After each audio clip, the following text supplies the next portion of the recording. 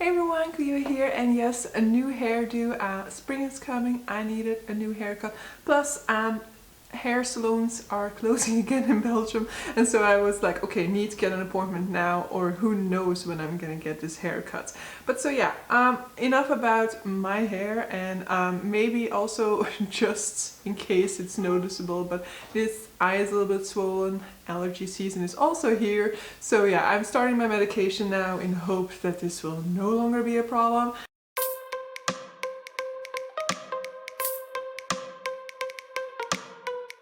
But so enough about me, let's talk about my TBR. So if you are new to this channel, in 2021 I'm only putting 5 books on my TBR. That doesn't mean that I'm only going to be reading these 5 books, though they are really chunky books this month. But in essence it just means that I want to keep my TBR manageable. I want it to be an attainable goal, and also not one that I need to like push in order for me to be able to reach it. I want to have the freedom to from time to time also choose a book, because I am more of a mood reader than I am a sort of like structured reader. But so these 5 books are the ones that are kind of like priority for me to get around to in the month of April. Now, for my followers who are not fantasy fans, this TBR is only going to include fantasy reads. Basically those are all the priorities for this month, but I do have a sort of mental TBR of 5 non-fantasy books that I hope I'll be able to fit into this month as well.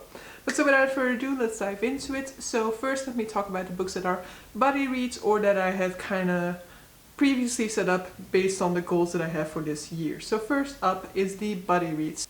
So as in the previous months, I will be reading a book in A Course of Dragons, the series by Jenn Lyons, within this month, with Sarah from Voyage Through Words. Now, the book that we are on now is the 3rd one, and it's basically the final one we need to catch up to before the release of the 4th installment in May. So the 3rd one is called A Memory of Souls, and this is going to, I'm assuming, I haven't looked into the premise, but we are assuming that each one of these 4 books are going to be following a different protagonist and a different person who has some sort of a prophecy linked to them. So Chorus of Dragons, what can I tell you about it? I basically am going to tell you about the first book as a way of entry into the story, because the larger world's scope or the overarching storyline isn't necessarily fully clear to me yet at this point in time. But so in the first one we are introduced to Kieran, who is this boy who turns out to be a lost heir to a royal house within this world. A lot of people are trying to stake their claim on him, as he is tied into some sort of a prophecy that says that he will unleash the demons onto this world. Now, it's a very complex world. We basically have a very complex structure to begin with. So we have narration that takes place in different timelines told through different perspectives, and we also have somebody who's tying this all together, giving his commentary on what is being told by these 2 perspectives. Apart from that, the first one is very complex because there is this possibility of soul swapping, of one person killing another and then their soul entering into that other body. You have a character who is a mimic, so she can impersonate other people. So in the first one there's a lot of identity crisis, and you as a reader a lot of times are a little bit lost in that. But I will say that with the second one, that sort of whole complexity, that sort of feeling of not really being able to follow fully all the time, was really reduced to a bare minimum. I only had that feeling like in one specific case, and that actually tied back to the first book. So I would definitely say if you have managed to get through the first one and you kind of don't want to continue anymore because you felt like it was way too complex, then do try the second one, because the second one is actually quite comprehensible, and I do definitely think that both stories have a lot going for them. I absolutely loved both of these stories, and I think they dive into some social themes very interestingly. So the second one, for example, dives into the thematic of surrounding sex and gender a whole lot, and has this sort of society in which sex and gender aren't necessarily equated. So whereas in our society nowadays it's starting to change, but still the majority of people assume that if you're born female then you are a woman.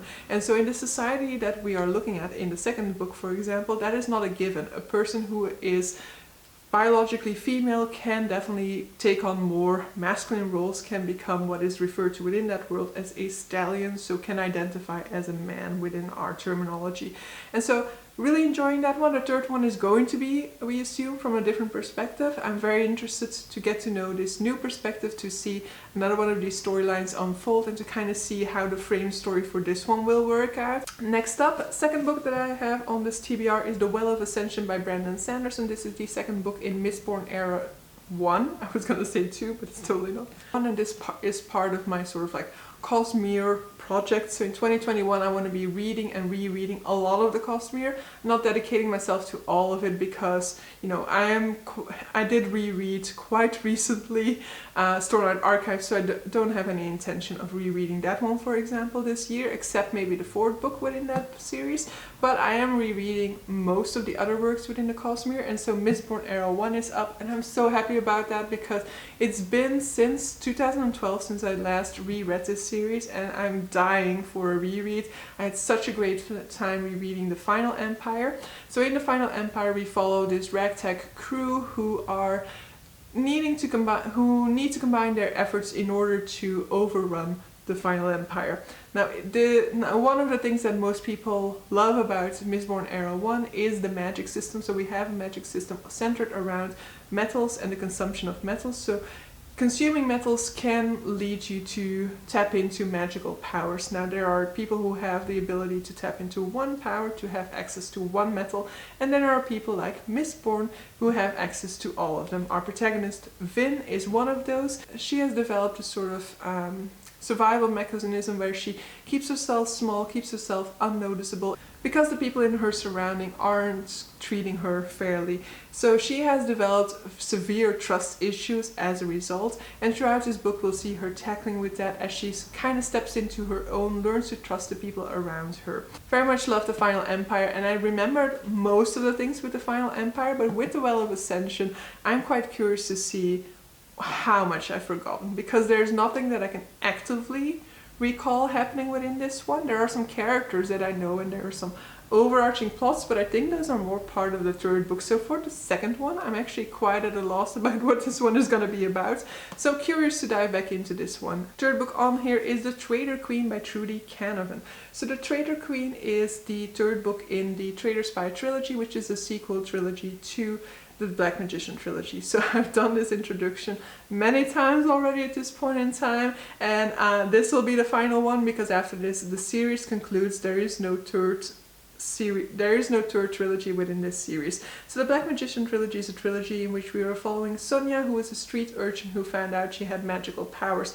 However, within this world, basically magic was believed to be solely the domain of the nobility. And so this is very much a series that dives into things such as class differences, that has some representation for bullying, that has black magician, as the title of the trilogy can imply, and it also is one that doesn't really have a lot of romance-centered plots, especially in the first two books, mainly in the first two books, and I absolutely loved that one when I read it in my late teens, early 20s. I think I reread it at some point as well and still loved it.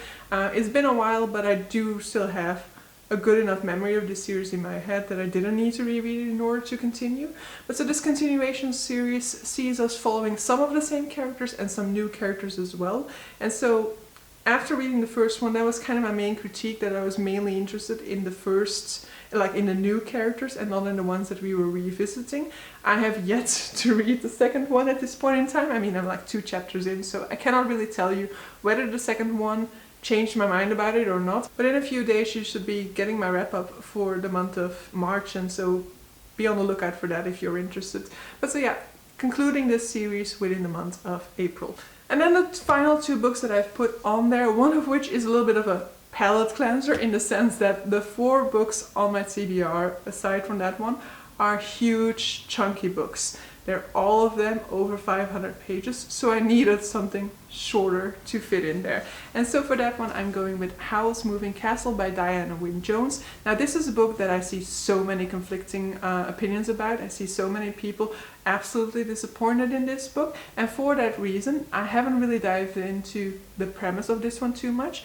Obviously, if the title rings a bell, this is of course a book that inspired Howl's Moving Castle, the Studio Ghibli movie. But also when it comes to Howl's Moving Castle, the Studio Ghibli movie, I'm not fully sure anymore of what it's about. I know it has this sort of wizard Howl who saves a girl, and then she is in his house, and like it's about the dynamic between the two of them. And I think Howl has like his heart got stolen or something like that, or he's cruel or heartless in any case, something like that. But I don't know too much about the particulars of the storyline anymore. But as I understand it, this one is quite different from the movie, so I'm not gonna bother, or I'm not going to try to remember more of Howl's Moving the Castle, the movie. Rather, I'll read this one and then rewatch Howl's Moving Castle, hoping that that will make me appreciate the book more and not compare it too much to Howl's Moving Castle, because that seems to be kind of like where things can go wrong with this book if you compare too much to the movie. So